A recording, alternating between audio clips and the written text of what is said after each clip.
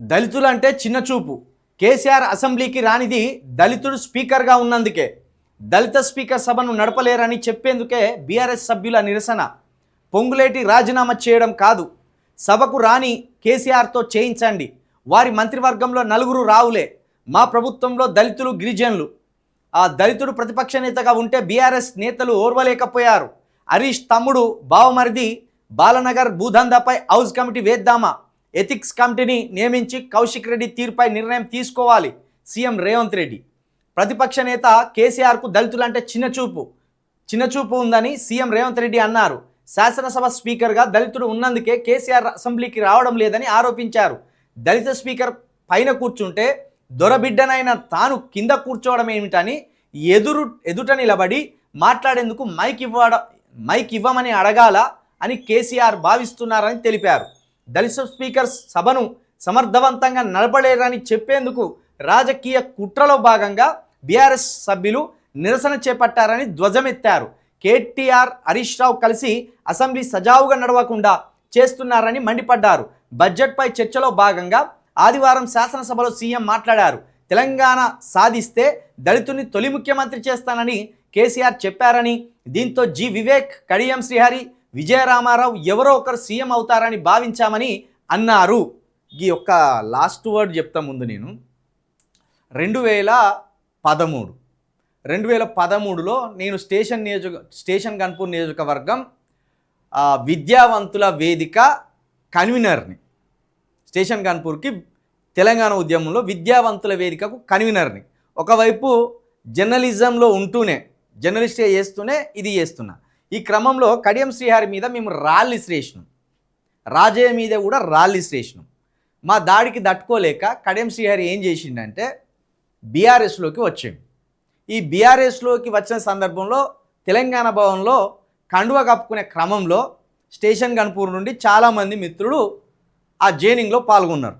నేను కూడా అప్పుడు మహా న్యూస్లో జర్నలిస్ట్గా ఉండి ఆ కార్యక్రమానికి పోయినా. గిట్ల కండువ కప్పంగానే కడియం శ్రీహరిని పట్టుకొని కాబోయే ముఖ్యమంత్రి కడియం శ్రీహరి అని ఈ కిందున్నోళ్ళు మొత్తుకున్నారు. ఇక కేసీఆర్ గారు కూడా స్వయంగా నేను విన్నా అప్పుడు, ఈ రాష్ట్రానికి కడియం శ్రీహరి గారు మీరు ఊహించని పదవిలో ఉంటారు అన్నారు. ఇక ఏమున్నది, కడియం శ్రీహరి గారు ఊహించని పదవి అంటే ముఖ్యమంత్రి. సేమ్ ఇదే డైలాగు రాజయ్య కూడా చెప్పిండు.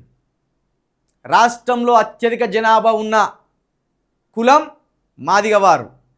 రాజయ్య అధికార పార్టీలో ఉంటూనే తన ఎమ్మెల్యే పదవిని త్యజించి ఉద్యమంలోకి వచ్చిండు. మీరు ఊహించని పదవిలో రాజయ్య గారు ఉంటారు అని సేమ్ డైలాగ్ అక్కడ కూడా వచ్చిండు. ఇక ఇటు వికారాబాద్ సైడు చంద్రశేఖర్ అని ఒక మాదిగవారు ఉంటారు. ఆయన కేసీఆర్ మొదటి నుండి ఉన్నాడు కేసీఆర్ తోటి, ఆయనతోటి ఇదే డైలాగ్. ఎంత భయంకరంగా నమ్మించి మోసం చేసిందంటే కేసీఆర్ గారు, ఆ విషయంలో కేసీఆర్ గారి మీద ఉన్న ఆ నింద ఎప్పటికీ మాసిపోదు. కడియం శ్రీహరి గారిగా అధిరోహించని పదవి అంటే ఏమున్నది? అంతకుముందు గతంలో టీడీపీలో ఉన్నప్పుడు ఆయన భారీ నీటిపారుదల శాఖ మంత్రిగా చేసిండు, విద్యాశాఖ మంత్రిగా కూడా చేసిండు. రాజయ్య గారు అధిరోహించని పదవి అంటే ముఖ్యమంత్రిని చేయలే కానీ నేను డిప్యూటీ సీఎంని చేసిన అంటాను. డిప్యూటీ సీఎం అనేది చట్టబద్ధత లేని పదవి, చట్టంలో ఎక్కడ దానికి చోటు లేదు. కాబట్టి ఈ విషయంలో దళితులను వంచిన విషయంలో కేసీఆర్ గారి మీద ఉన్న నింద ఎప్పటికీ మాసిపోదు. అది 100కు 100% నిజం. ఇక దళితులు అంటే కేసీఆర్కు చిన్న చూపు అంటే 100కు 100% కేసీఆర్కు చిన్న చూపు. ఎందుకంటే దళితుల మీదనే రాజకీయం నడిపి ముఖ్యమంత్రి అయిన ఒకే ఒక్క వ్యక్తి కేసీఆర్ గారు. దేశ చరిత్రలోనే మాదిగలను దళితులను నట్టేట ముంచి వాళ్ళ పేరు మీదనే ముఖ్యమంత్రి అయిన వ్యక్తి కేసీఆర్. 3 ఎకరాల భూమి ఇస్తానన్నాడు, అదే నిండు శాసనసభలో ఇక భూములు లేవండి, భూములు పంచడానికి భూములు దొరకవు అని మాట దాటేసిండు. దళిత బంధు ఇచ్చినామని చెప్తాడు. దళిత బంధు ఎట్టిచ్చిండు? ఊరికొక్కనికి ఇచ్చి ఊర్లో ఉన్న దళితులందరినీ గొడవలు పెట్టుకునేటట్టు చేసిండు. పైగా దళిత బంధు ఊర్లో ఒక్కనికో ఇద్దరికో ఇచ్చి బీసీలకు ఎస్సీలను శత్రువులను చేసిండు, ఎస్టీలకు ఎస్సీలను శత్రువులను చేసిండు, ఓసీలకు ఎస్సీలను శత్రువులను చేసిండు. ఒక్కనికే ఇచ్చి వాళ్ళు ఏమనేదంటే బీసీలు ఓసీలు ఎస్టీలు మీకేంద్ర దళిత బంధు ఉన్నది. నిజానికి పాపం ప్రతి ఊర్లో సగం ఊరు బీసీలు ఓసీలు అందరు కలిసి ఉంటే సగం ఊరు మాదిగలు ఉంటారు. ఒక్కనికి ఇస్తే ఆ ఒక్కడు ఇంతమందికి శత్రువు గాడిగా. కాబట్టి అట్లా కూడా దళితులను కేసీఆర్ గారు బదనం చేసిండు. అది 100% నిజం. ఇక కేసీఆర్ గారు అసెంబ్లీకి ఎందుకు వస్తలేడంటే నిన్న మొత్తం అసెంబ్లీ మొత్తం దళితుల మీదనే చర్చ జరిగింది. దళితుల చుట్టే భావోద్వేగమైన చర్చ పెట్టి దళితులను సెన్సిటివ్ చేసే ప్రయత్నం చేసిండు. ఓ విధంగా రేవంత్ రెడ్డి గారు తాను ఎస్కేప్ కావడానికి, ప్రతిపక్షం లేవనెత్తుతున్న ప్రశ్నల నుండి ప్రభుత్వం ఎస్కేప్ కావడానికి, ముఖ్యమంత్రి గారు ఎస్కేప్ కావడానికి నిన్న దళితుల వాదాన్ని ముందర పెట్టుకున్నాడు. గడ్డం ప్రసాద్ స్పీకర్ గారిని ముందర పెట్టుకున్నాడు. ఇటు దళితులను ముందర పెట్టుకున్నాడు. మెల్లగా ఎస్కేప్ అయ్యాడు. దగ్గర గంట పాటు మాట్లాడిండు ముఖ్యమంత్రి గారు. గంట పాటు మొత్తం తన చర్చను దళితుల చుట్టే తిప్పిండు. దళితుల చుట్టూ తిప్పి దళితుల్లో అయ్యో కేసీఆర్ ఇంత అన్యాయం చేసిండా అని ఆయన మీద కత్తులు నూరేటట్టు చేసుకుంటేనే అబ్బా దళితులకు రేవంత్ రెడ్డి కావచ్చు, కాంగ్రెస్ ప్రభుత్వం కావచ్చు, అబ్బా నెత్తి మీద ఎత్తుకొని తిరుగుతుంది అనేటట్టు చేసిండు. కానీ అది తప్పు. 100% నీకు అంత ప్రేమ దళితుల మీద ఉంటే స్పీకర్గా గడ్డం ప్రసాద్ గారిని తీసేసి నువ్వు కూర్చొని నీ సీఎం సీటు గడ్డం ప్రసాద్ గారికి అప్పుడు నిజంగా నీకు కూడా దళితుల పట్ల ప్రేమ ఉన్నట్టు.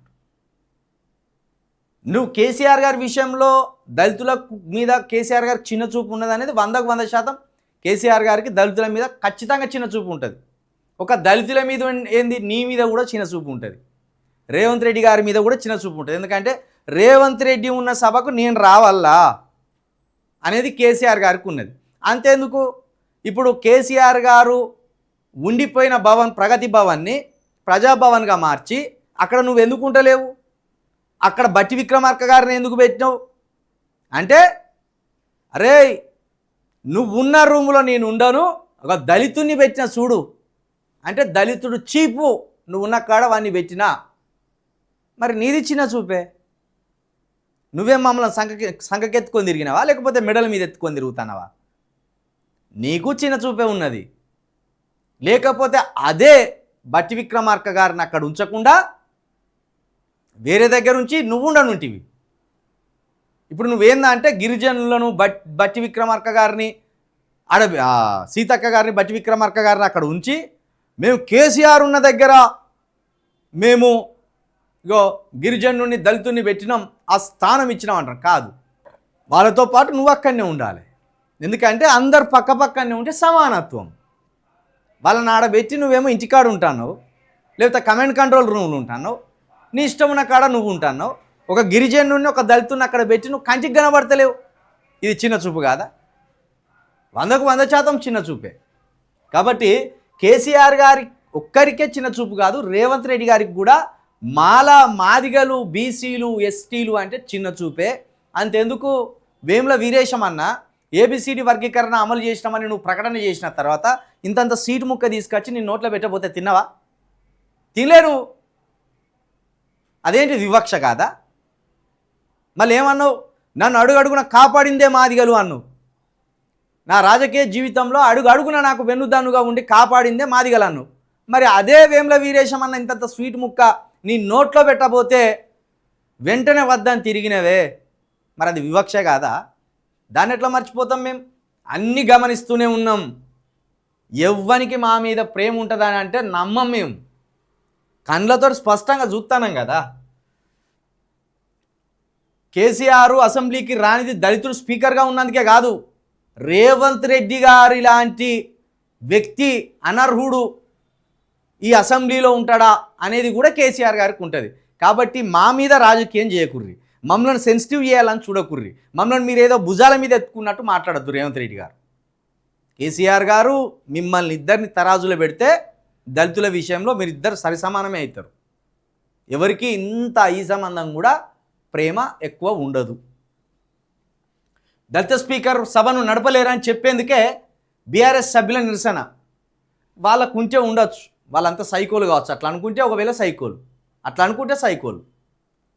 పొంగులేటి రాజీనామా చేయడం కాదు, సభకు రాని కేసీఆర్తో చేయండి. సభకు రాని కేసీఆర్ తోటి రాజీనామా చేయించండి. పొంగులేటి అక్రమం నిగ్గుదేల్చే వరకు కూడా ఆయనను పదవి నుండి తొలగించి, ఆయనను మంత్రి పదవి నుండి తొలగించి ఆ నింద పోయినాక మళ్ళీ మంత్రి పదవిలోకి తీసుకోరు. రెండు చేయండి ఏకకాలంలో. వారి మంత్రివర్గంలో 4 రావులే. మా ప్రభుత్వంలో దళితులు గిరిజనులు బీసీలు. ఈ విషయంలో ఒప్పుకోవచ్చు కాంగ్రెస్ని. కాకపోతే ఇది రేవంత్ రెడ్డి గారు చేసింది కాదయ్యో. రేవంత్ రెడ్డి గారు ప్రేమతోటి సీతక్కను మంత్రిని చేయలే. రేవంత్ రెడ్డి గారు ప్రేమతోటి అడ్లూరి లక్ష్మణ్ని మంత్రి చేయలే. ఆ రేవంత్ రెడ్డి గారు ప్రేమతోటి బట్టి విక్రమార్క గారిని కావచ్చు, లేకపోతే దామోదర రాజనరసింహ గారిని కావచ్చు, ఈ 3 దళితులను మంత్రులను చేయలే. కాంగ్రెస్ హైకమాండ్ చేసింది. ఎందుకంటే సామాజిక న్యాయంలో భాగంగా మొదటి నుండి కూడా ఈ దళితులు కాంగ్రెస్నే పట్టుకొని ఏడ్చిండ్లు. కేసీఆర్ గారు ఎన్ని ముప్పు తిప్పలు పెట్టినా వీళ్ళు కాంగ్రెస్లోనే ఉన్నారు కాబట్టి వాళ్ళకు సరైన ప్రాధాన్యత ఇవ్వాలని ఇచ్చిండు. అంతేగాని నీకు ప్రేమ ఉన్నదాని కాదు. అబ్బో, ఒకవేళ నీ సేమ్ కేసీఆర్ లెక్క నీ దగ్గరనే మొత్తం పవర్ ఉంటే నువ్వు కూడా దేకపోయేటువంటి. దళితుడు ప్రతిపక్ష నేతగా ఉంటే బీఆర్ఎస్ నేతలు ఓర్వలేకపోయారు. ఇది ఏంటంటే 2016-17 సమయంలో బట్టి విక్రమార్క గారు టీపీసీసీ అధ్యక్షుడిగా ఉండే. ఆ సమయంలో ఇప్పుడు ధర్నా చౌక దగ్గర బట్టి విక్రమార్క గారు, అదేవిధంగా ఉత్తమ్ కుమార్ రెడ్డి గారు, సీతక్క గారు వీళ్ళంతా కూడా ఒక నిరసన కార్యక్రమం చేపట్టింది. దాంతోపాటు ఆయన టీపీసీసీ అధ్యక్షుడిగా ఉన్నారు. అయితే టీపీసీసీ అధ్యక్షుడిగా ఉన్నందుకు ఓర్వలేక అసలు కాంగ్రెసే లేకుండా చేసిండు. 5 శాసనసభ్యులు ఉండేటట్టు చేసి కాంగ్రెస్ సంబంధించిన సభాపక్షాన్ని బీఆర్ఎస్లో కలుపుకొని అసలు కాంగ్రెస్ పార్టీ లేదని నమ్మించే ప్రయత్నం చేసిండు కేసీఆర్. దాన్ని చెప్తాండు ఇప్పుడు. హరీష్ తమ్ముడు బామర్ది బాలనగర్ భూదందాపై హౌస్ కమిటీ వేద్దామా? దాని మీద హౌస్ కమిటీ వేయండి. పొంగులేటి గారి దాని మీద కూడా హౌస్ కమిటీ వేయండి. ఎథిక్స్ కమిటీని నియమించి కౌశిక్ రెడ్డి తీరుపై నిర్ణయం తీసుకోవాలి. సీఎం రేవంత్ రెడ్డి తీసుకోండి, తొందరగా తీసుకొని సస్పెండ్ చేయండి.